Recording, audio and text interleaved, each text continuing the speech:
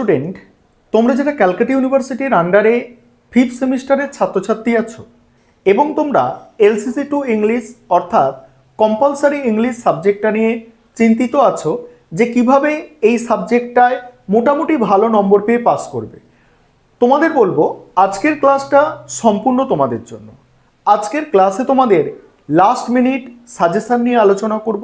কেবলমাত্র সাজেশান নয়, last minute suggestion plus সেই সাজেশানের অ্যান্সার তোমরা আজকের ক্লাসে পাবে এবং কিভাবে তোমরা এই সাবজেক্টটায় এই যে কটা দিন সময় আছে পড়াশোনা করে মোটামুটি ভালো নম্বর পেয়ে পাস করতে পারবে সেই বিষয়টা নিয়েও আলোচনা করব।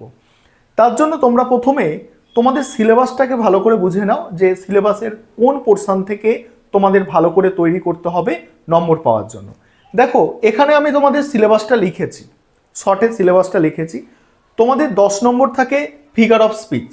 এই ফিগার অফ স্পিচের জন্য তোমাদের আমি যেটা সাজেস্ট করব যেগুলো করতে, সেটা হচ্ছে তোমাদের বিগত 3 বছর অর্থাৎ 22, 21 এবং 20 এই 3 বছরের প্রশ্নপত্র সমাধান করতে হবে। ভালো করে শোনো, ফিগার অফ স্পিচের জন্য কি বিগত তোমাদের এই যে 3 বছর অর্থাৎ 2022, 21 এবং 20 এই 3 বছরের প্রশ্নপত্র তোমরা সমাধান করবে। এখান থেকে মিনিমাম যদি তোমরা 4টে প্রশ্নও কমন পেয়ে যাও তাহলে তোমার কিন্তু 4 নম্বর হয়ে যাচ্ছে। এছাড়া তোমরা কয়েকটা নিয়ম দেখে যাবে, প্রত্যেকটা নিয়ম ভালো করে জানার দরকার নেই। যে তোমরা দেখবে এই 3টে বছরের যে প্রশ্নপত্র আমি বললাম, এই 3 বছরের প্রশ্নপত্র দেখলে তোমরা বুঝতে পেরে যাবে যে কোন ফিগার অফ স্পিচগুলো তোমাদের জন্য ইম্পর্টেন্ট। সেই কয়েকটা 3-4টে ফিগার অফ স্পিচ তোমাদের জন্য ইম্পর্টেন্ট, আমি ভিডিওর যখন স্ক্রিন রেকর্ডের মাধ্যমে বলবো তখন সেটা বলছি, সেগুলো তোমরা দেখে যাবে। এখানে যদি তোমরা এই 3 বছরের করো 4 নম্বর পেয়ে যাচ্ছ। এবার তোমার পোয়েট্রি, এটা হচ্ছে সব থেকে বড় পোর্শন নম্বর পাওয়ার জন্য। পোয়েট্রি তোমাদের দেখো 30 নম্বর, দুটো 15 নম্বরের প্রশ্ন পোয়েট্রি থেকে আসে। তোমাদের সিলেবাসে 4টে পোয়েট্রি আছে, সেক্ষেত্রে প্রত্যেক বছর কি করা হয়, 3টে যে কোনো কবিতা থেকে একটা একটা করে প্রশ্ন দেওয়া হয় এবং সেখানে বলা হয় যে কোনো 2টো প্রশ্নের অ্যান্সার লিখতে। আর আমি তোমাদের বলেছি এবছরের জন্য তোমাদের যে 3টে ইম্পর্টেন্ট, যে 3 ইয়ার্স সি গ্রিউ এটা মোস্ট ইম্পর্টেন্ট, তারপর ব্রেক ব্রেক ব্রেক করবে আর গীতাঞ্জলি করবে, এই 3টে করবে। তার মধ্যে 3 ইয়ার্স সি গ্রিউ এইটা মোস্ট ইম্পর্টেন্ট, ঠিক আছে। 3টে তোমরা করলে কমন পেয়ে যাবে, কারণ 2টো কবিতা থেকে তোমরা প্রশ্ন করতেই পারছো, ঠিক আছে। আর এখানের ক্ষেত্রে আমি যেটা বলবো যে বিগত বছরের প্রশ্নপত্র যদি তোমরা করো সেখানে খুব বেশি লাভবান হবে না, কারণ তোমরা দেখবে বিগত বছরের প্রশ্নপত্র কিন্তু এখানে রিপিট হচ্ছে না। এই পোয়েট্রির যে পার্টটা আছে, যে অংশটা আছে, সেখানে বিগত বছরের প্রশ্নপত্র কিন্তু রিপিট হচ্ছে না। সেক্ষেত্রে তোমাদের কি করতে হবে, একটা করে কমন অ্যান্সার তৈরি করতে হবে। অর্থাৎ দেখবে তোমরা ছোটোবেলায় পরীক্ষা দিয়েছো, ছোটোবেলায় বলতে তোমাদের বলছি তোমরা 9, 10, 11, 12 পরীক্ষা দিয়েছো, সেখানে কি করেছো, সেখানে তোমরা কি করেছো, কবিতা থাকলে তার সারাংশ পড়তে, সারাংশ পড়ে নিজের মতো অ্যান্সারগুলো গুছিয়ে লিখলেও ভালো নম্বর কিন্তু পাওয়া যেত সেখানে। এক্ষেত্রেও তাই। এখানে তো তুমি ভালো করে গুছিয়ে লিখতে হয়তো পারবে না, প্রত্যেকের হয়তো সেই ক্ষমতা নেই যে ইংলিশে সারাংশটা পড়ে নিয়ে গুছিয়ে লেখার মতো।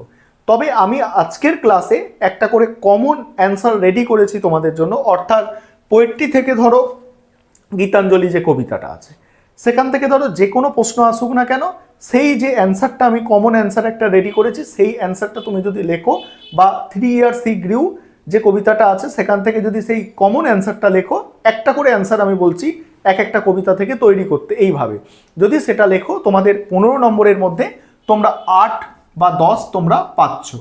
8 বা 10 তোমরা সেক্ষেত্রে এক একটা প্রশ্নের ক্ষেত্রে পেয়ে যাচ্ছ। যদি 8ই পাও একটা প্রশ্নের ক্ষেত্রে, তাহলে কি হচ্ছে, এখানে তোমাদের 16 হয়ে যাচ্ছে, 2টো আছে 16।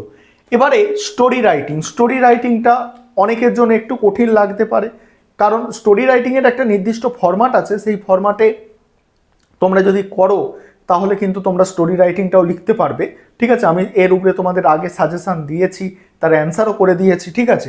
স্টোরি রাইটিংটা আমি বাদ রাখছি, সবার জন্য এটা নয়, অর্থাৎ অনেকের ক্ষেত্রে একটু মানে কঠিন লাগতে পারে। তবে তোমাদের প্রত্যেককে বলবো পয়েন্ট দেওয়া থাকবে, তোমরা একটু চেষ্টা করবে, স্টোরিটা লেখার চেষ্টা করবে। 10-এর মধ্যে তো যদি তোমরা 3-4ও পাও সেটাও পাস করার জন্য অনেক।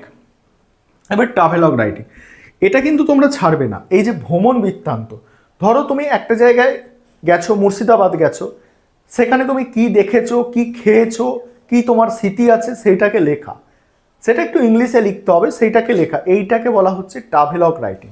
ঠিক আছে, এটাকে তোমরা ছাড়বে না। এটাকে যদি তোমরা ধরো তাহলে তোমরা কিন্তু এখানেও যদি তুমি 5ই ধরো, 5 ধরো, আমি আজকের যে ক্লাসটা করছি বা যে ভিডিওটা আমি তৈরি করছি একদম যারা দুর্বল ছাত্রছাত্রী তাদের জন্য, অর্থাৎ যারা এই সাবজেক্টে এলসিসি ইংলিশ সাবজেক্টে অনেক সাপ্লি আছে, যাদের এই সাপ্লিটুকু না আসে, তারা একটু মনে জোর পায়, একটু পড়ে, সেই জন্য আজকের ক্লাস।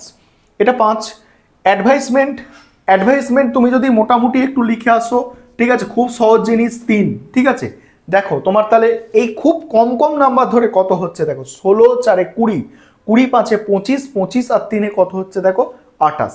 ঠিক আছে, 25 আর 3 কত 28। প্রায় তোমাদের মানে অনেকটা নাম্বার এসে যাচ্ছে। তোমাদের পাস করার জন্য কত নম্বর দরকার? 65 নম্বরের পরীক্ষা হয়, পাস করার জন্য তোমার 20 নম্বর দরকার লাগে। তুমি স্টোরি রাইটিং ছেড়েও যদি কম কম করেও এইভাবে ধরো তাহলেও কিন্তু 28 নম্বর তোমাদের এসে যায়। ঠিক আছে, এবারে তোমরা দেখে নাও, আমি স্ক্রিন রেকর্ডের মাধ্যমে দেখাচ্ছি তোমাদের এই 3টে বছরের তোমাদের ফিগার অফ স্পিচ তোমাদের আমি বলে দেব, এবং 3টে কবিতার একটা একটা করে কমন অ্যান্সার তোমাদের আমি আজকের ভিডিওটাই বলে দেব। আর অবশ্যই এগুলো তোমরা ভালো করে দেখে যাও, আর তোমরা চ্যানেলটাকে ফলো করো, দেখবে আমি অনেক কোয়েশ্চেন অ্যান্সার এই এলসিসি টু ইংলিশ সাবজেক্টের উপরে দিয়েছি। আরও একটা বিষয় তোমাদের বলবো, তোমাদের যদি এই সাবজেক্টের স্টাডি মেটেরিয়াল কারোর প্রয়োজন হয়, স্টাডি মেটেরিয়াল পারচেস করতে পারো।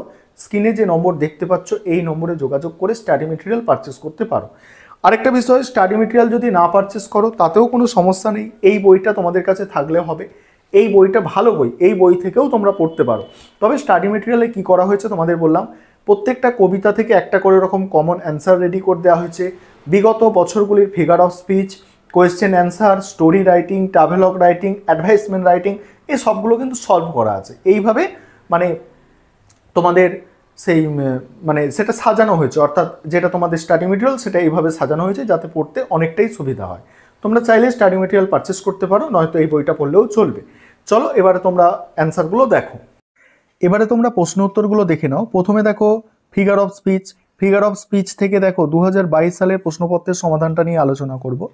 তার আগে তোমাদের একটা বিষয় বলি, এই যে মেটাফোর আছে, ঠিক আছে, এইটা হচ্ছে তোমাদের ফিগার অফ স্পিচের মধ্যে সবথেকে গুরুত্বপূর্ণ। ঠিক আছে, বেশিরভাগ অ্যান্সারই তোমরা এটা পাবে, অর্থাৎ এই একটা নিয়ম যদি তোমরা ভালো করে দেখে যাও, পরীক্ষায় তোমাদের এই মেটাফোরের ওপরেই মানে 4টে প্রশ্ন বা 3টে প্রশ্ন কমন এসে যাবে। এটা ভালো করে একটু দেখার তোমরা চেষ্টা করবে। দেখো 2022 সালের প্রশ্নপত্রের সমাধানটা তোমরা দেখে নাও।